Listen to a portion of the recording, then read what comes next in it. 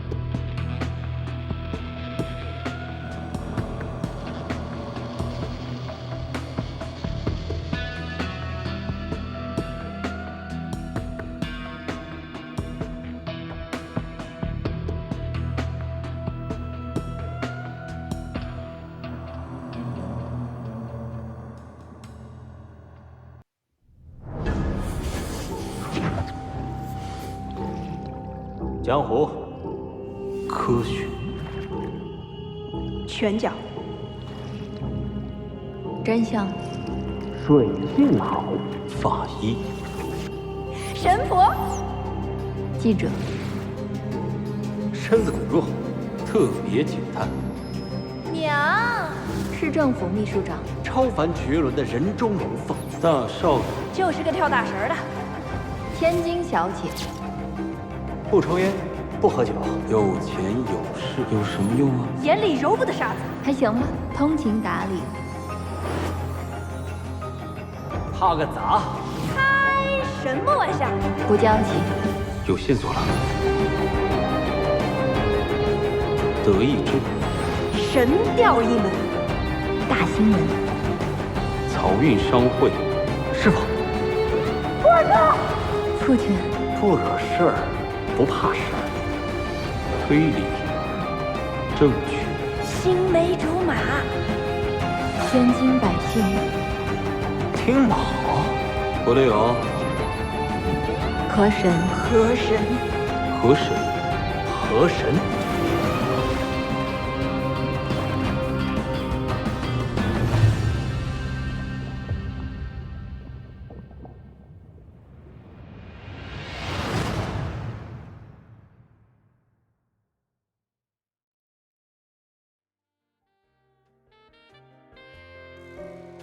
看一朵茉莉花盛开在月光下，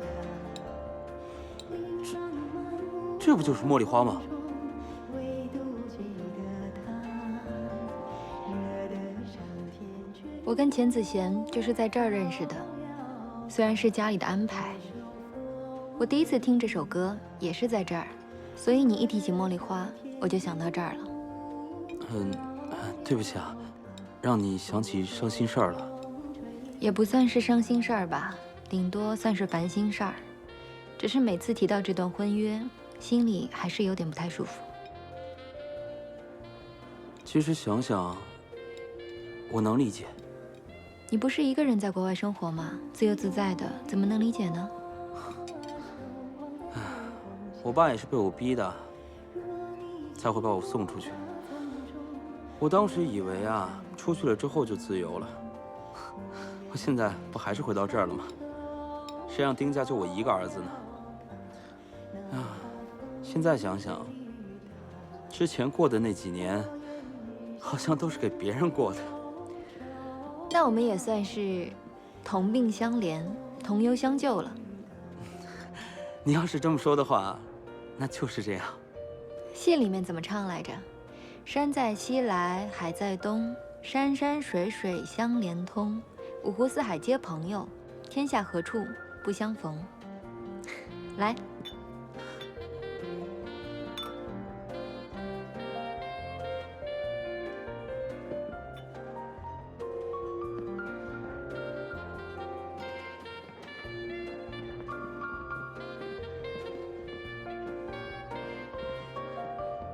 里边请，这边请。看一朵茉莉花盛开在月光下，琳琅满目花丛中，唯独几个她，惹得上天眷顾，照耀。二位要点点什么？水吧，先来壶热茶。不好意思，我们这里没有热水。没有热水啊？那你们这里有什么呀？我们这里有红酒、有果汁，还有苏打水。苏打水，听着挺脆生的哈。那就这个吧，再点2个你们的特色菜就齐了。好的，二位请稍等。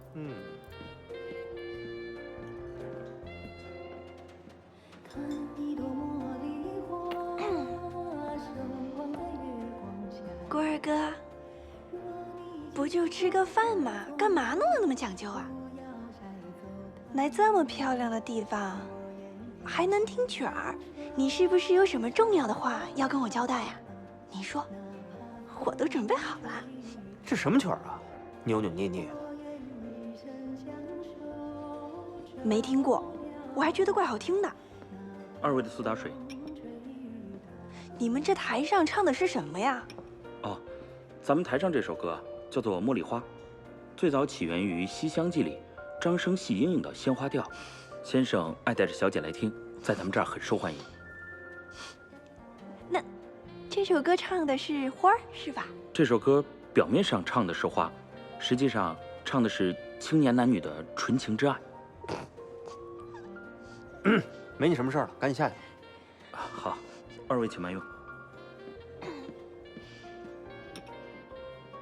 你说说你，心里有不就完了吗？净搞这些没用的。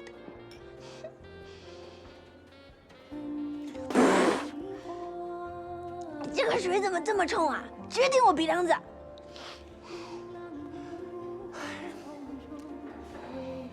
现在看来啊，还是郭德友最自在，什么也不用想，一人吃饱全家不饿。人人都有自己的命，没有必要硬跟别人相比。丁会长突然离世，藏云商会的担子全都落在你身上了。丁少爷能做成现在这个样子，已经很不容易了。换作是我的话，怕是早就乱做一锅粥了。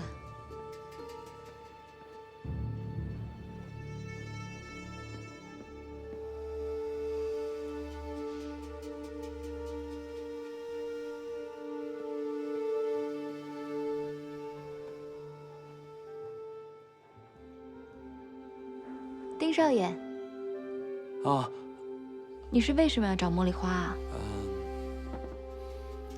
这个饭店除了吃饭和听歌以外，还有别的事情可以干吗？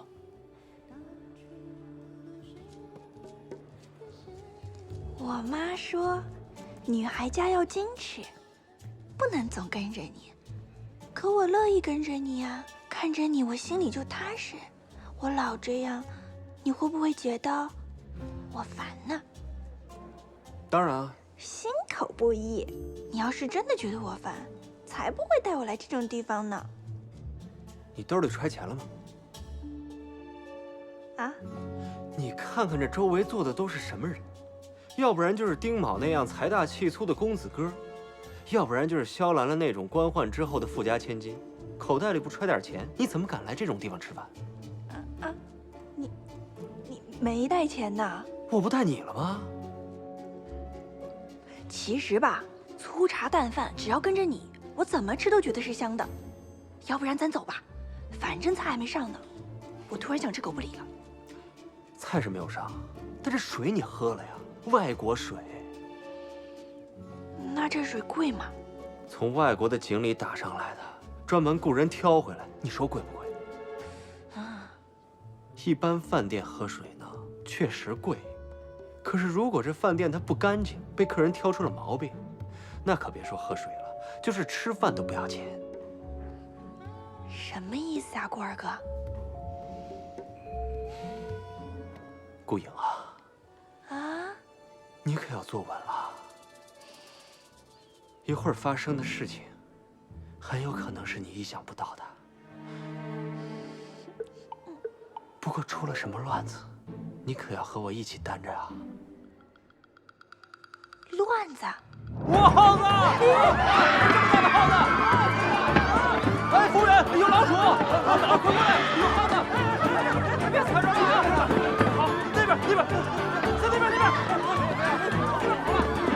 真的，他跑那儿了，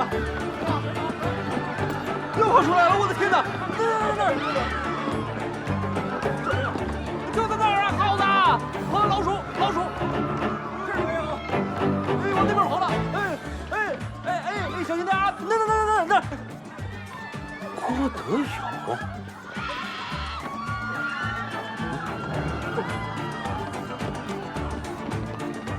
二哥，他们不吃饭，直接就往后面走啊！而且还有专人把守，肯定有问题。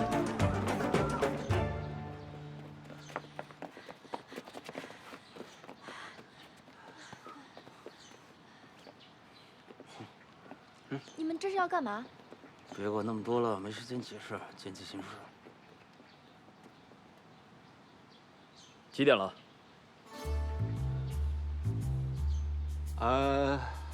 估摸着4、5点左右吧。根据太阳高度角度来计算，现在5点多，不到6点。几位，请回吧。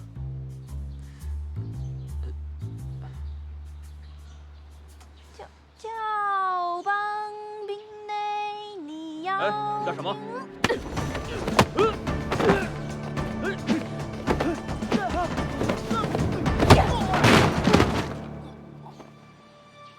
废什么话？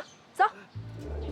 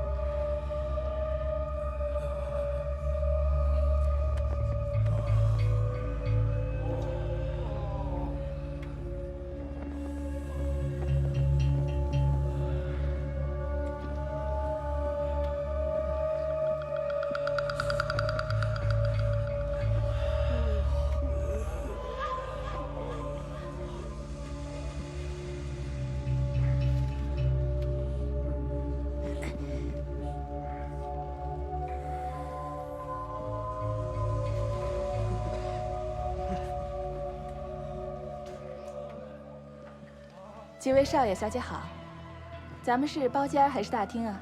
包间吧。得嘞，跟我来。走，二哥。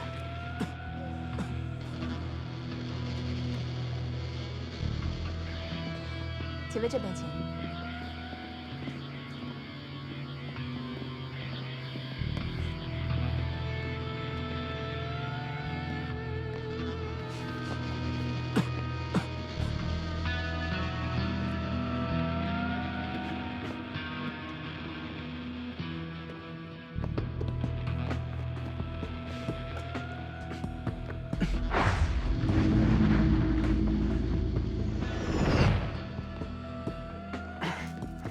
里边请。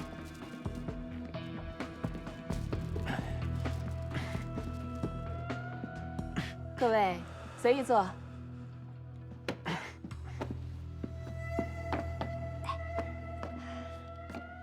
几位今天想来点什么？那我们来最贵的。还是这位少爷懂得享受。几位稍等。郭二哥，你怎么了？不碍事。这天津城禁烟这么多年，禁烟运动就是个光打雷不下雨的幌子。杨颖。小影，二哥，你怎么了？二哥，你没事吧？二哥，二哥。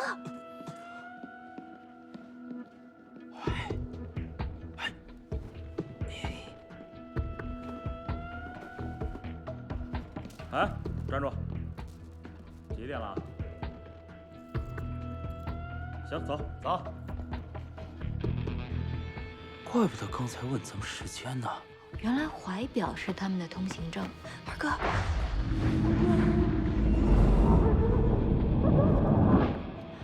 丁宝，丁宝，我二哥不行了。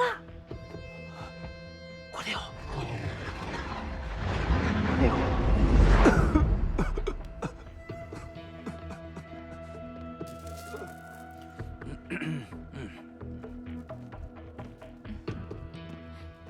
几位的烟膏来了，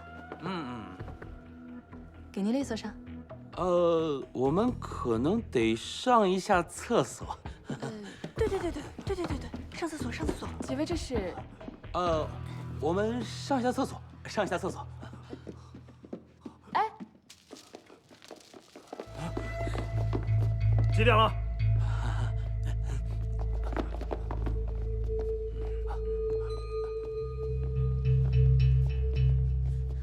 跑！走！走！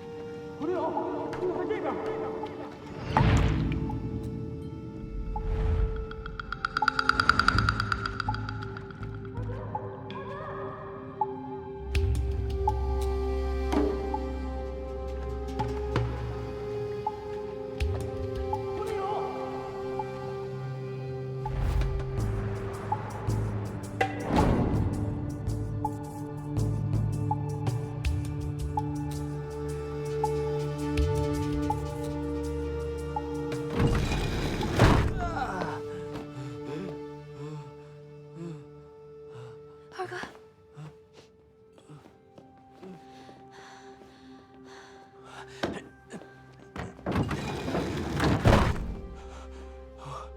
国六，你怎么知道这还有间密室？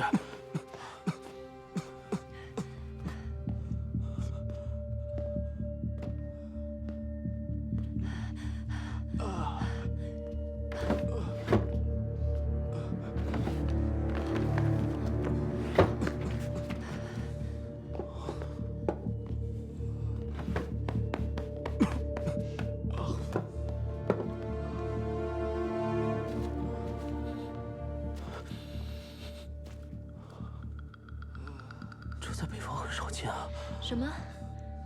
这是琵琶苗。哎，别聊了，我们找地方出去吧。二哥闻不得烟味儿，更别说大烟了。二哥，二哥，二哥。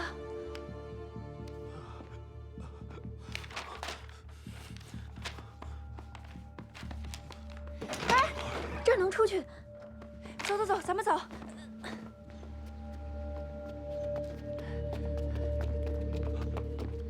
哎，站住！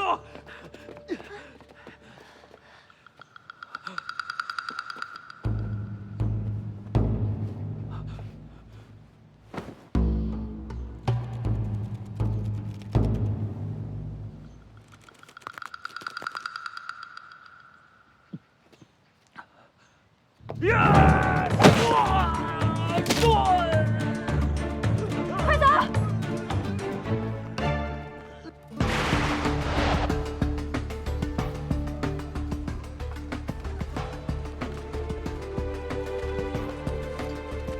让开，让开，让一让！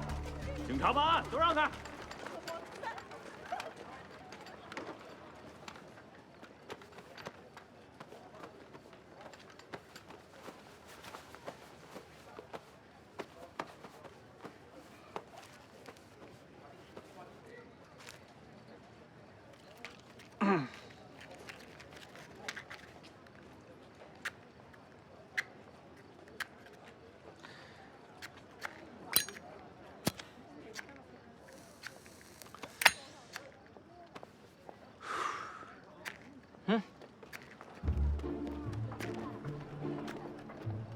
来，让开，让开！警察办案。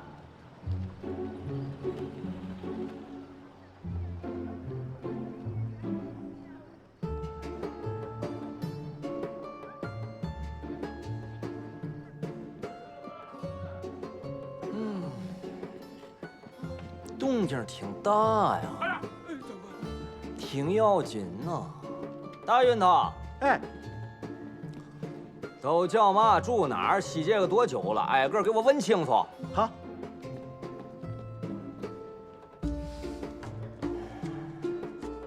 走，走，走，快点，走，走，哎，走，哎，等会儿。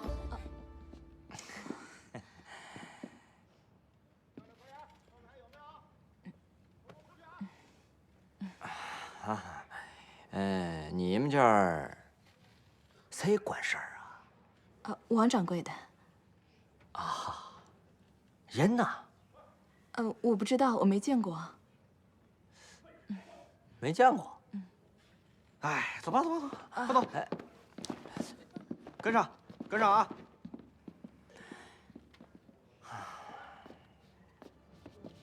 二哥喝水。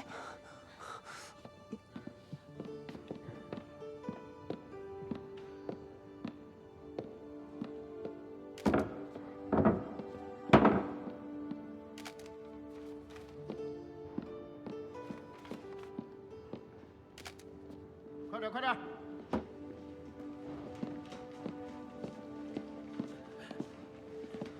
快点，说你呢！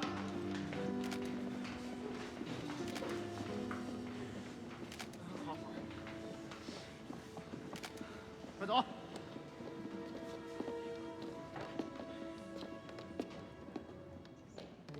站好了！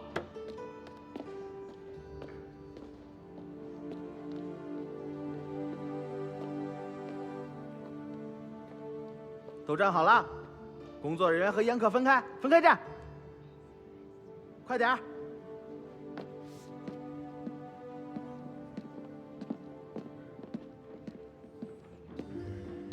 丁警探，副队长辛苦了。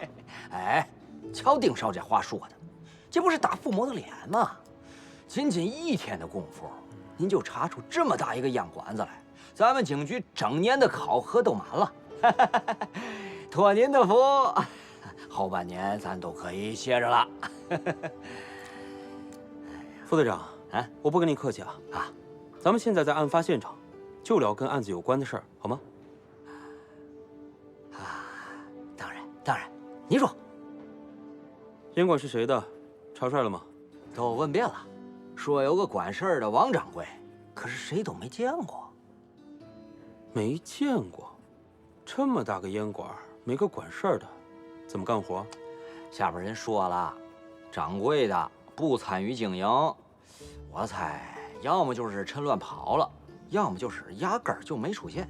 你查过他们的办公室吗？里面的笔记，还有他接触过什么人？啊，来过烟馆的大户？啊？哦，毫无线索。这么大的饭店，这么大的进货量，怎么可能一点痕迹都没有啊？哼，你觉得说得过去吗？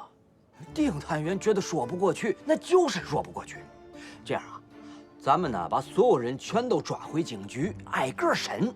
那我得审到什么时候去啊？那就得看你了。我说话算话，鸦片的案子全权交给你。身为特别警探，这是你分内的职责嘛。行了，这儿的情况我了解的差不多了。局里还有几个要命的案子，必须我亲自去审查，实在腾不出手来帮你。这样，我在门口给你留几个人，我就行，告辞了。走。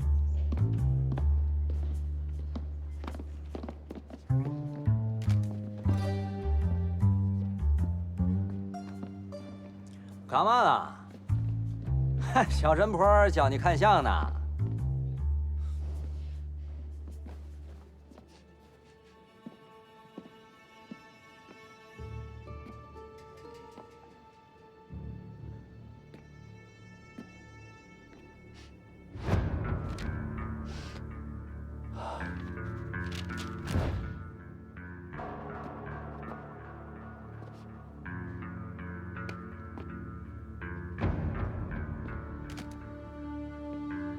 王掌柜，累坏了吧？您认错了。你手指着烟膏是怎么回事？在这种地方混饭吃，手上难免有个不利索。什么时候沾上点脏东西，我哪知道是怎么来的？那你身上这烟味呢？先生可真会说笑。我们在烟馆工作的，哪个身上没点烟味儿啊？其他人身上的烟味都很明显，唯独你身上的烟味不仅很淡，而且还若有似无的有一种淡淡的香味。是吗？什么香味儿？来，狗鼻子，你不对脂粉气最熟悉吗？闻闻这是什么香？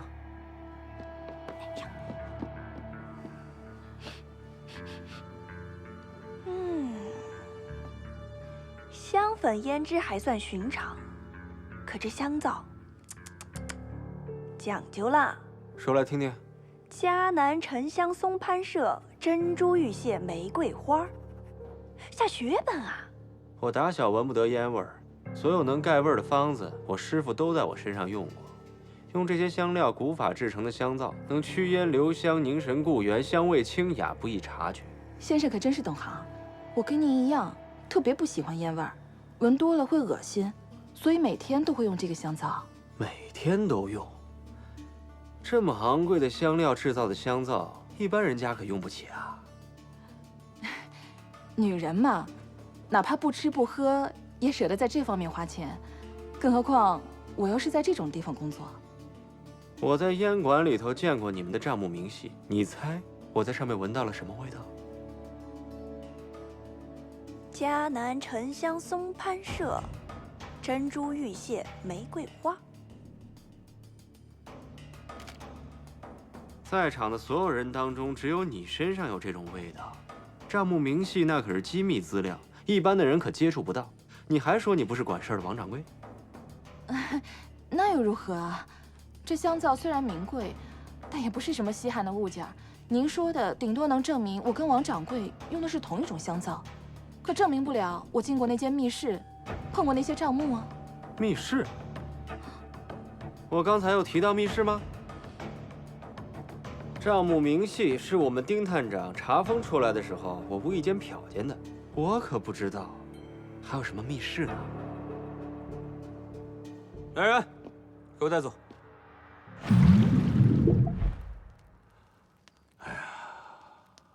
会长，我万事照旧，少爷现在一直平安无恙，没出岔子，没多是非，这都是咱们商会的福气啊！会长，您就放心吧。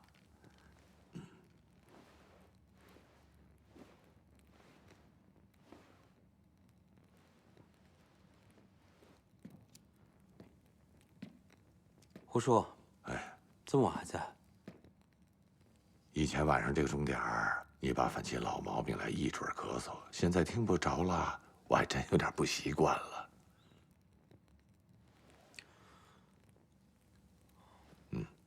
专门从洞庭运来的鲜枇杷润肺，吃一个吧。你爸现在他也吃不了了。我爸那是支气管的毛病，吃多少枇杷都没用的。他就爱吃这一口，酸酸凉凉的，吃了嗓子会舒服些。这个枇杷容易结果吗？你问这个干什么？我觉着枇杷生命力挺强的呀，吃完了把核随口往花盆里一吐，就能长出苗来。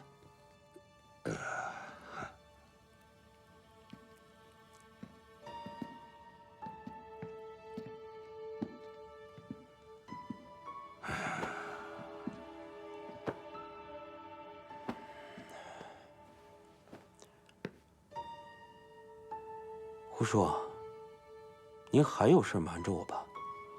我怎么可能瞒你呢？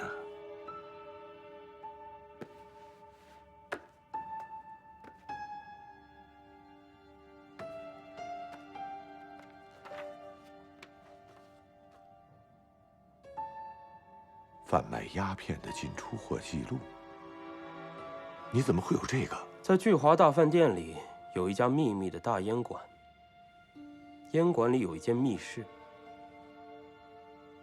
密室桌子的抽屉里面就放着这本册子。这册子上的签名你认得吧？在墙角还有一盆兰花，里面长着苗，枇杷苗。这是枇杷，我们商会也做这个生意。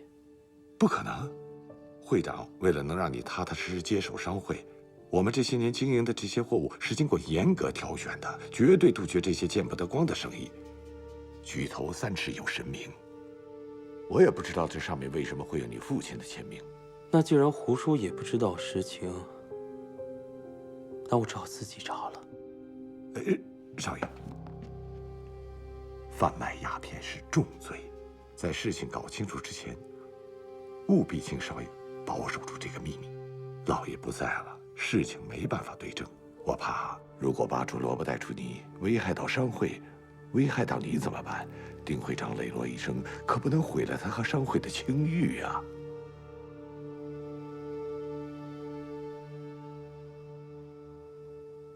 就算是胡叔你不愿意告诉我，我自己也能查出来。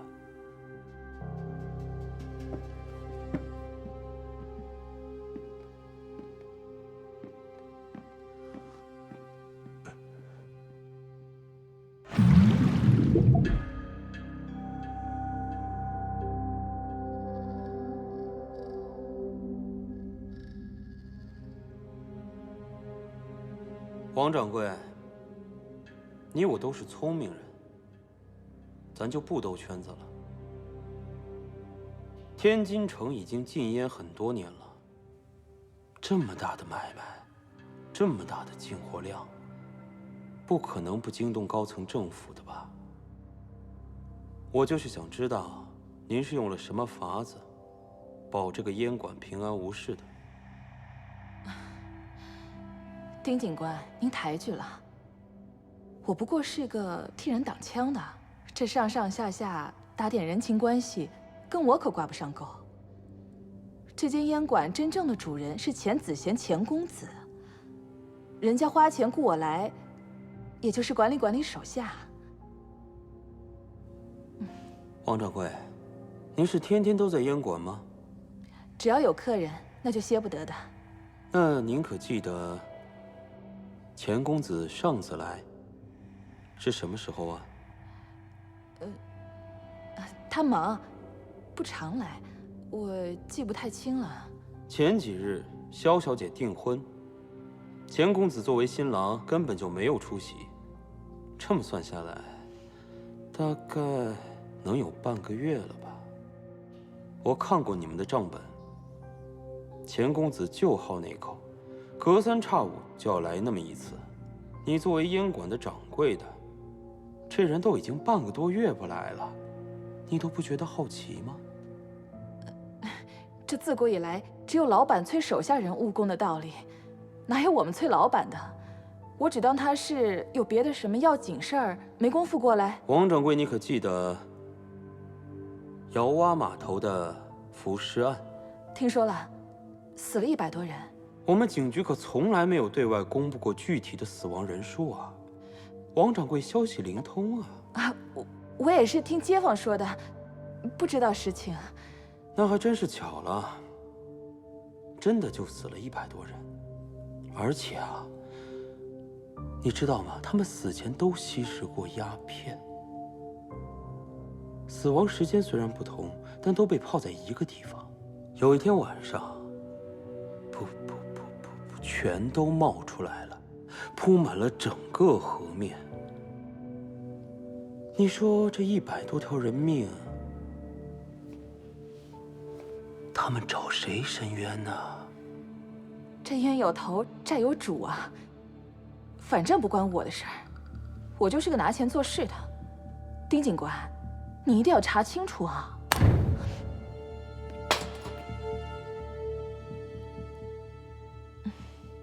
我们都已经查清楚了，别等着我们给你揭出来。您是女士，对您客气。你要是个男犯人呢，我这脸上可能就没这么好看了。丁警官，信佛吗？我只信科学。这修佛修的是来生，这辈子求的东西，下辈子才能来。可是这报应啊，可等不了你一辈子。你想说什么？钱公子不知道从哪儿弄来一批烫手货，说是劲儿大，味道也纯，但是质量很不稳定，时不时的会抽死个人。我劝过钱公子，咱们卖烟已经是缺德了，谋财但别害命。这1次2次还能瞒得过去，这要是再死个人呢，谁都兜不住。可是钱公子说，他马上就是市政府萧秘书长的女婿了，这出了事儿由萧家担着。但这抽死了的烟客，必须由我把尸体处理干净，否则这罪就扣到我的头上，我惹不起。所以我就找了几个伙计，在北城找了口荒井，趁夜里没人，把尸体都丢了进去。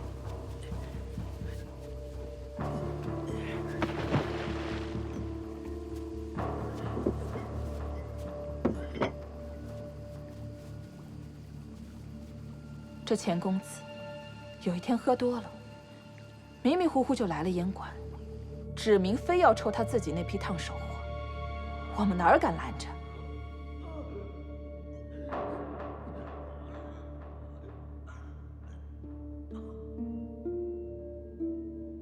这就叫做现世报。之前死掉的那些烟客找回来了。那钱公子的尸体呢？都和别的尸体一样，都扔进了那口荒井。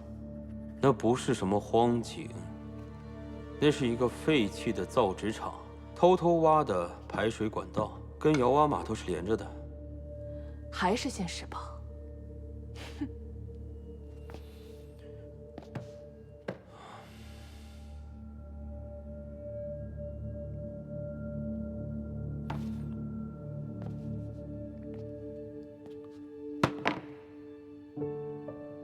见过这个吗？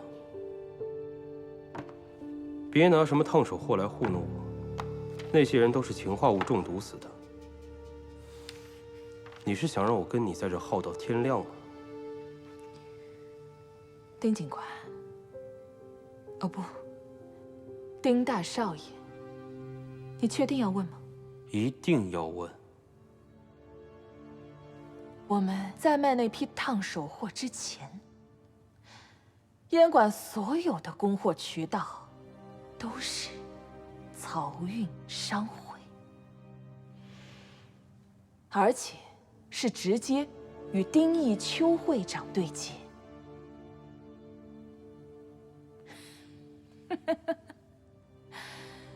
现世报啊，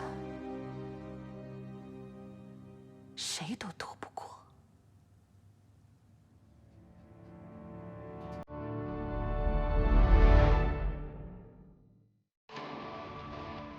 坎上无善，初九，叶其文，如其尾，不久。这卦象不差呀，但是这种卦变数最大，特别是卧卦，那可是个大凶之兆。卜卦这事儿，你比我清楚，但是事在人为。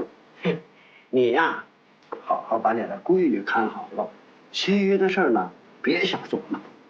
最近出的这些事儿啊，是最清楚的。我啥都不怕，我就怕那个魔鬼到来。哎，别提这事儿。